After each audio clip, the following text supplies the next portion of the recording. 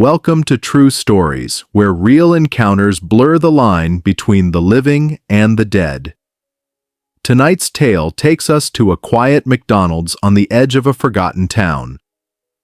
What started as an ordinary closing shift turned into a chilling descent into history, a promise unkept, a debt unpaid, and two figures who refused to be forgotten. This isn't just a ghost story. It's a reminder that some places carry more than memories. They carry unfinished business. Get comfortable, because this true story will make you question what's lurking behind even the most familiar doors. I always thought night shifts were the easiest. Quiet, predictable, just mop the floors and clock out. That's what I believed, until that night. My name's Celine. I was 18 back in 2009, working part-time at a McDonald's on the edge of a sleepy little place called Riverbend, somewhere deep in upstate New York. Nothing much ever happened there. Fields, fog, and folks who ordered the same thing every visit.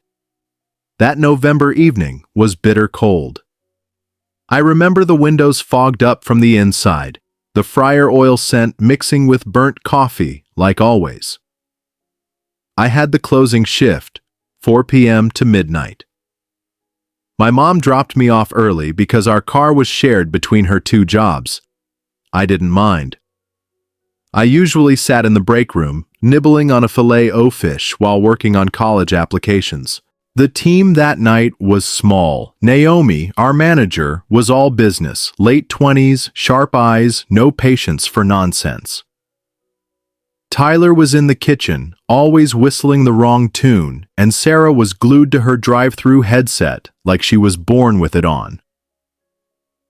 At around 8:15 p.m., things took a turn. The restaurant was nearly empty. A young couple tried to settle their screaming toddler, while an older man slowly picked at his cheeseburger like it was a Sunday roast. I was wiping down the condiment station when the front door creaked open. Two women stepped in. Their entrance wasn't loud, but something about it made the air feel off. They wore matching black dresses, long and old-fashioned, like something out of a forgotten portrait, lace sleeves, high collars, and skirts that brushed the floor. One had her silver hair tightly pinned up. The other had hers braided neatly over one shoulder. Their faces looked powdered, expressionless, their eyes deep, shadowed, unreadable. They didn't speak, they didn't even blink. I glanced at Naomi. She hesitated, then offered a stiff smile. "Welcome to McDonald's," I said. "Dine in or take away," no answer.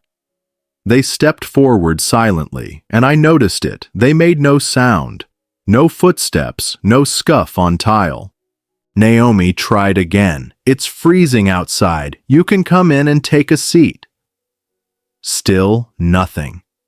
Their eyes weren't on us. They stared beyond us, beyond the counter, past the drink machines, as if looking at something invisible in the back of the restaurant. Tyler peeked out of the kitchen and whispered, "Yo, are we hosting a Victorian funeral or what?" Sarah chuckled nervously in her headset. They looked like they time-traveled from a black-and-white photo. I tried to laugh, but that toddler in the dining area began screaming, loud, primal, terrified. He pointed straight at the women, kicking wildly in his seat. "They're not right! They're not right!" he shrieked. His mother grabbed him, whispering soothing nonsense, but the panic in her eyes matched mine. His father stood up, confronting the women. "Do you need help?" Silence. Then the one with the braid looked at me and spoke, her voice unnaturally smooth, too steady. "Is the manager present?" Naomi stepped forward slowly. "That would be me. Is something wrong?" The woman smiled faintly. "We've come to claim what was promised." "What do you mean?" Naomi asked, her voice cracking just slightly. "You were notified," the other woman added.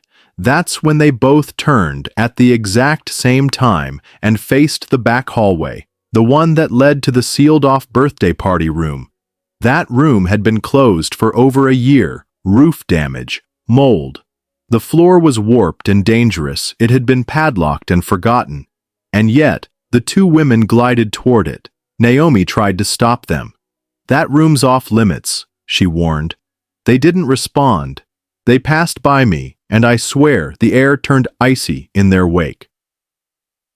The ketchup packets in my hand stiffened like they'd just come from a freezer. We followed. I don't know why. Curiosity, fear. The padlocked door clicked open on its own. Inside, darkness. A single flickering light buzzed overhead. The floor was thick with dust, undisturbed, yet the women walked in effortlessly. And just like that, they vanished. No sound, no flash, gone. The old mural on the back wall, the one with Ronald McDonald and colorful balloons, was torn, clawed, shredded. Naomi backed out of the room, trembling. "We're closing early," she said. "Now." We locked every door and window. No one argued. Later, in storage, Sarah remembered something. "Those dresses, I've seen them." She dug through an old box labeled Archive, stuff we found while cleaning out the former manager's office last year. Inside were yellowed photos, black and white snapshots. And there they were. Two women standing side by side, same dresses, same cold faces, one smiling faintly, the other frowning. The photo was labeled Riverbend Hotel, Final Gala, 1912. Tyler shook his head. Wait, this place was a hotel. Naomi looked pale. The McDonald's was built in the 80s, but before that. This lot, it used to be the Riverbend Grand Hotel. We did a quick search, found an article from 1912. Two sisters perish in hotel fire, locked themselves in ballroom after insurance claim was denied. Tragedy follows financial betrayal. The ballroom, that was now our party room. I went home shaken. My cousin was staying with us that night. Around 3:30 a.m., I found him at the window, eyes wide. "They're outside," he whispered. I looked. No one was there. "Who?" I asked. He pointed. "Two ladies. I asked if they needed help. They said they were just waiting for what was owed." He had no idea what had happened. I called Naomi the next morning. She said she dreamt of them, too. In her dream, they stood in the party room, whispering the same thing. "Where is what was promised?" The district manager came a few days later. They gutted the room, ripped down every inch of that mural, sealed the door with metal bolts. It hasn't reopened since. I left Riverbend not long after, went to college, started fresh, but sometimes in the quiet hours of the night, I feel the air shift, cold, still, and I remember their eyes.